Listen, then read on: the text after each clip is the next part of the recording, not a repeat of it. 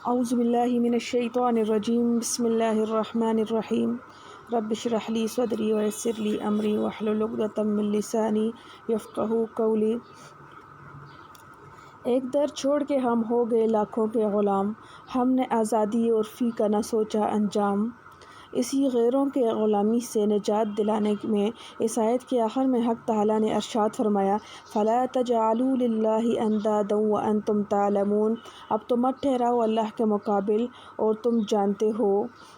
جانتے بوجھتے ہو، یعنی جب تم نے یہ جان لیا کہ تم کو نیست ہست کرنے والا، تمہاری تربیت اور پرورش کے سارے سامان مہیا کر کے ایک قطرہ سے حسین و جمیل، حساس و عاقل انسان بنانے والا، تمہارے رہن سہن کے لیے زمین اور دوسری ضروریات کے لیے آسمان بنانے والا، آسمان سے پانی برسانے والا، پانی سے پھل اور پھل سے غذا مہیا کرنے والا، بجز حق تعالیٰ کے کوئی نہیں تو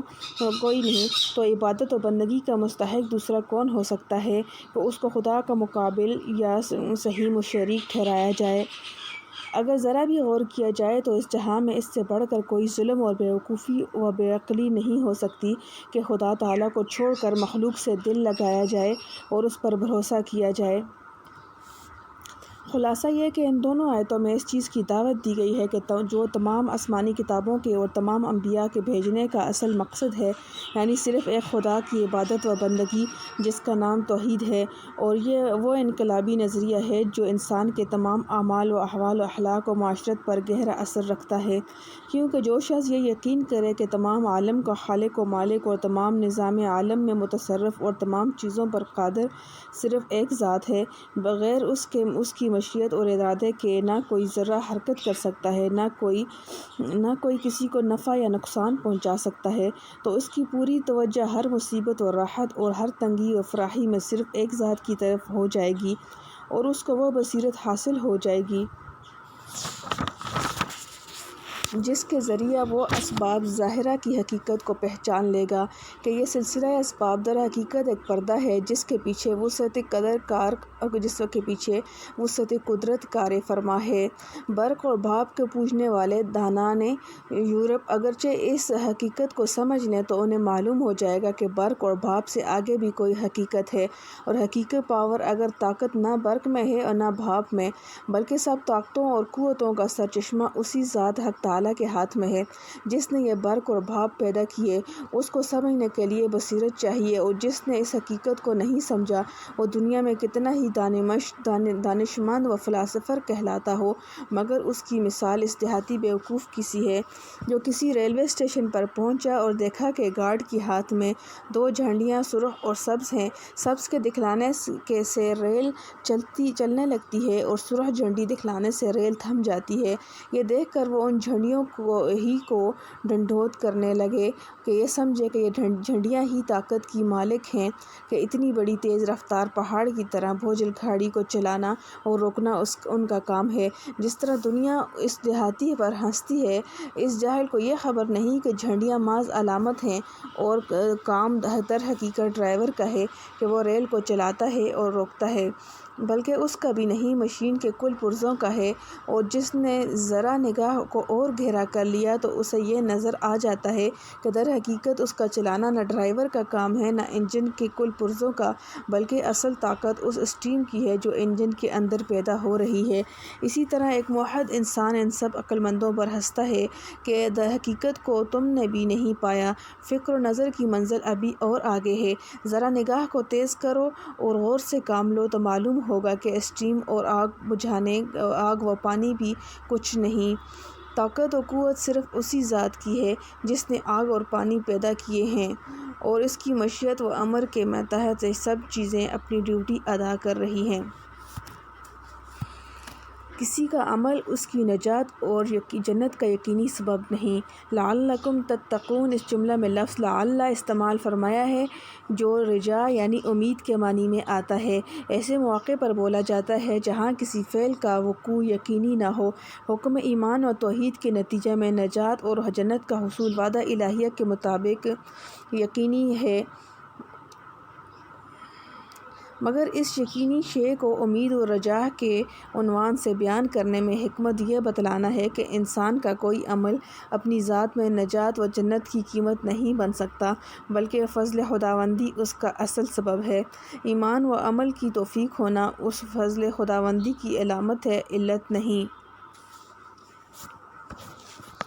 عقیدہ توحید ہی دنیا میں امن و امان اور سکون و اطمینان کا ضامن ہے۔ عقیدہ توحید جو اسلام کا سب سے پہلا بنیادی عقیدہ ہے، یہ صرف ایک نظریہ نہیں بلکہ انسان کو صحیح معنی میں انسان بنانے کا واحد ذریعہ ہے، جو انسان کی تمام مشکلات کا حل اور ہر حالت میں اس کے لیے پناہ گاہ اور ہر غم و فکر میں اس کا غم گسار ہے، کیونکہ حقیقت تو توحید کا حاصل یہ ہے کہ عناصر کے کون و فساد اور ان کے سارے تغیرات صرف ایک ہستی کی مشیت کے تابع اور اس کی حکمت کے مظاہر ہیں۔ ہر تغیر غیب کی آواز، ہر تجدد میں ہزاروں راز، اور ظاہر ہے کہ جب یہ عقیدہ کسی کے قلب و دماغ پر چھا جائے اور اس کا حال بن جائے تو یہ دنیا ہی اس کے لیے جنت بن جائے گی۔ سارے جھگڑے، فساد اور ہر فساد کی بنیادیں ہی منہدم ہو جائیں گی، کیونکہ اس کے سامنے یہ سبق ہوگا۔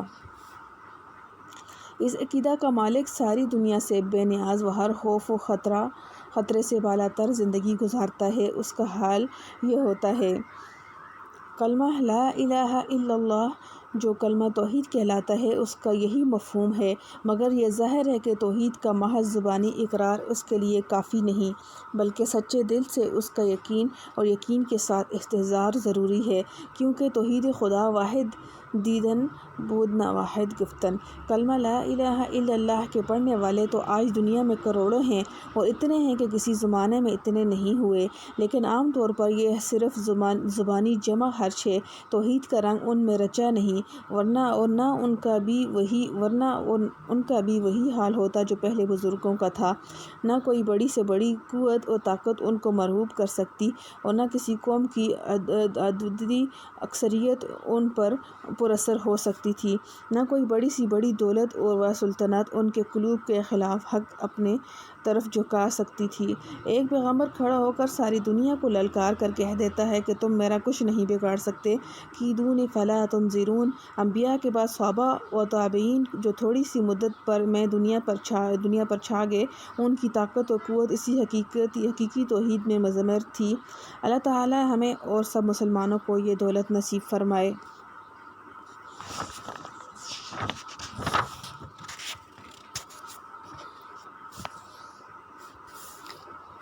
رسالت محمدی صلی اللہ علیہ وسلم کا اثبات بذریعہ اعجاز قرآن۔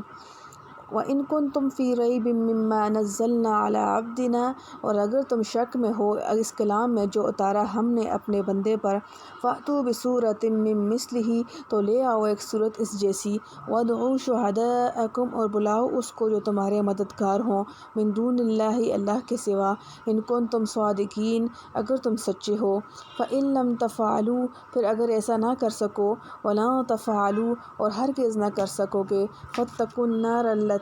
تو بچو اس آگ سے، وقودها الناس، جس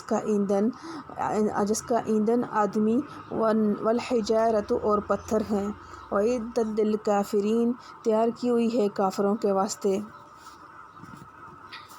خلاصہ تفسیر: اگر تم لوگ کچھ ہلجان میں ہو اس کتاب کی نسبت جو ہم نے نازل فرمائی ہے اپنے بندے خاص پر، تو اچھا، پھر تم بنا لاؤ ایک محدود ٹکڑا جو اس کا ہم پلہ ہو، کیونکہ تم بھی عربی زبان جانتے ہو اور اس کی نظم و نثر کے مشاق ہو۔ پیغمبر صلی اللہ علیہ وسلم نے اس کی کوئی مشق بھی نہیں کی، اور جب اس کے باوجود تم قرآن کے ایک ٹکڑے کی بھی مثل نہ بنا سکو تو بشرط انصاف بے تأمل ثابت ہو جائے گا کہ یہ معجزہ من جانب اللہ ہی اور آپ صلی اللہ علیہ وسلم کے پیغمبر ہیں،